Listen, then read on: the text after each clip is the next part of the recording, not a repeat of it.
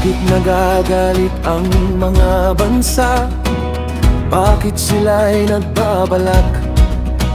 Mga hari nagsasama-sama laban sa iyong pangalan.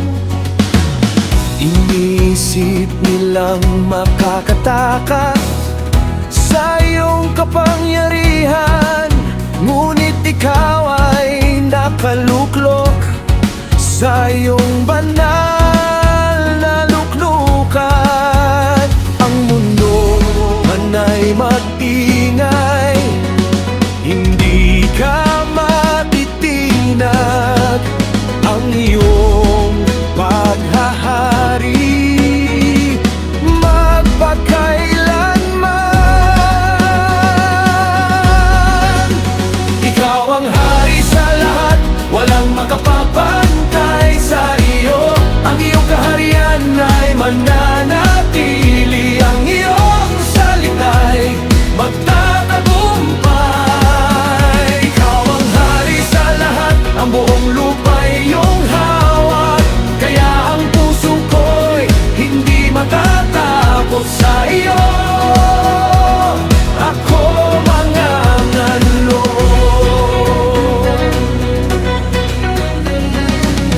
Itinatag mo ang iyong hari sa iyong banal na bundok. Ipinahayag mo ang iyong salita at walang makapipigil. Ang mga bansa ay iyong pamana, ang buong mundo'y iyong sako. Ang iyong kapangyarihan ay hindi kailanman magwawakas. Kaya mga hari, makinig, mga pinuno, mag-ingat, maglingkod sa Panginoon at yumuko sa Kanyang harapan. Ikaw ang hari sa lahat, walang makapapantay sa iyo. Ang iyong kaharian ay mananatili, ang iyong salita'y magtatagumpay. Ikaw ang hari sa lahat, ang buong lupa'y iyong hawak, kaya ang puso ko'y hindi matatakot sa iyo. Ako mangangalog.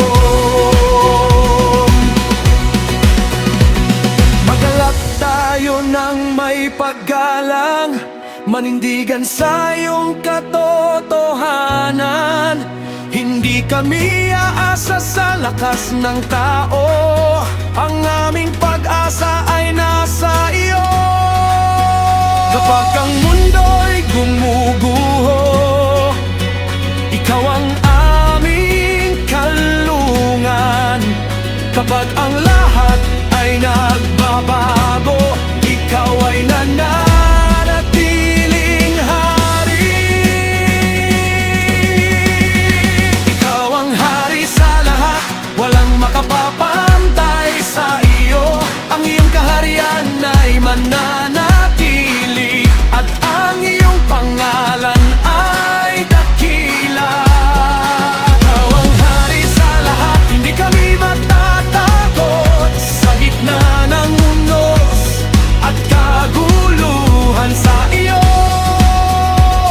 kami mangangalog. Hari ka sa buong lupa't kalangitan. Ikaw ang hari sa lahat. Sa iyo ang aming buhay, sa iyo ang aming pag-asa. Sa iyo kami mangangalog. Ikaw ang hari